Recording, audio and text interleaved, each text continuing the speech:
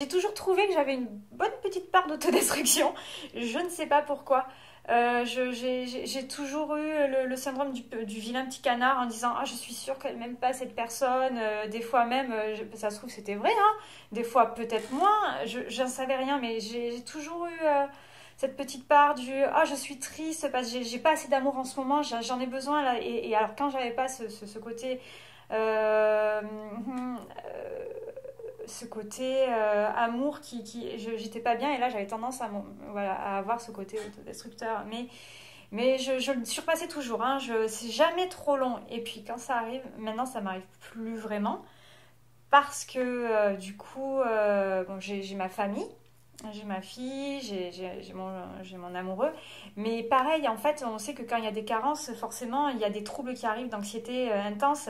Donc du coup, maintenant, moi, quand je sais que je commence à avoir un corps un peu déréglé avec des peurs, parce que les peurs sont normales, il faut les accepter juste. Et quand on les accepte, eh ben, ça rentre en nous, hop, on les a. Après, ça ressort comme c'est venu. Mais moi, quand j'ai des peurs ou que j'ai des moments d'anxiété, hop, allez, magnésium, vitamine, enfin pas vitamine, ça c'est pour l'immunité, mais c'est magnésium et c'est des oméga 3 en fait. Et là, je me fais un bon apport et après je suis bien, c'est bon.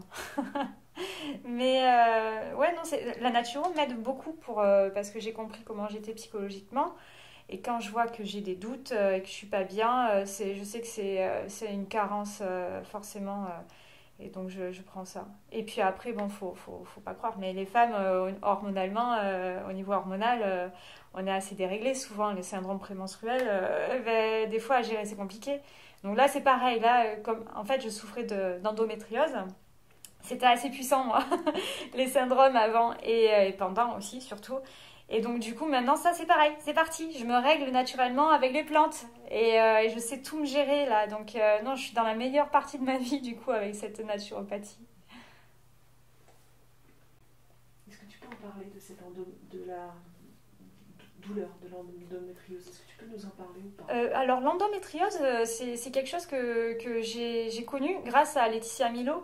Elle a sorti un livre et elle a dit donc ses symptômes. Et je me suis reconnue dedans. Enfin, c'est ma mère. Elle a lu le livre, elle m'a dit Jessica, tu devrais le lire. J'ai l'impression que c'est toi.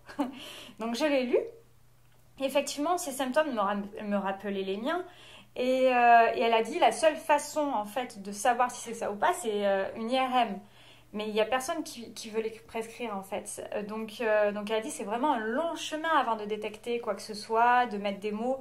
Et moi à cette époque-là, j'avais quel âge? C'était en 2016.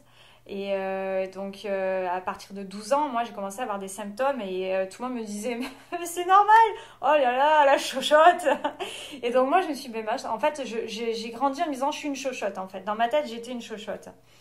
Et mais ce qu'il y a, c'est que chaque mois je tombais dans les pommes, je vomissais. Alors souvent de temps en temps quand c'était encore plus puissant, je devais aller à l'hôpital, on faisait des intraveineuses pour calmer les douleurs.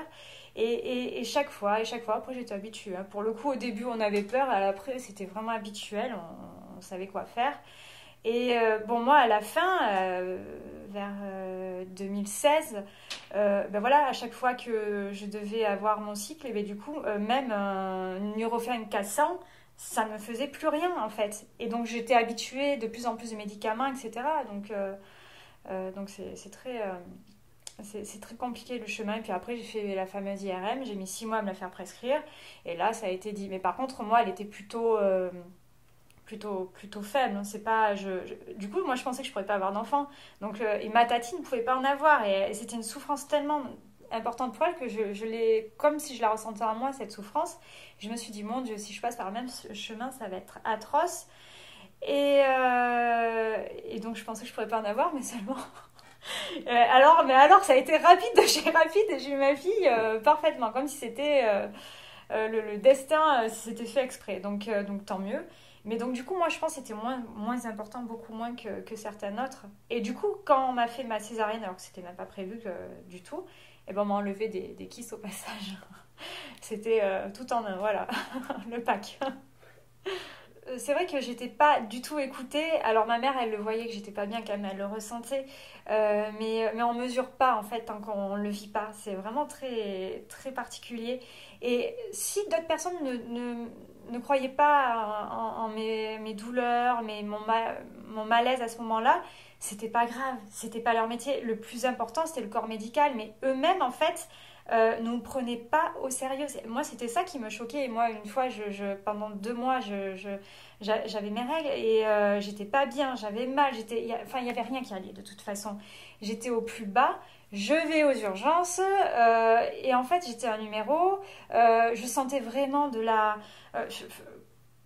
vraiment aucune empathie, aucune gentillesse, vraiment j'étais pas bien et de sentir que le corps médical n'était pas là en plus pour épauler, pour soutenir, pour rassurer.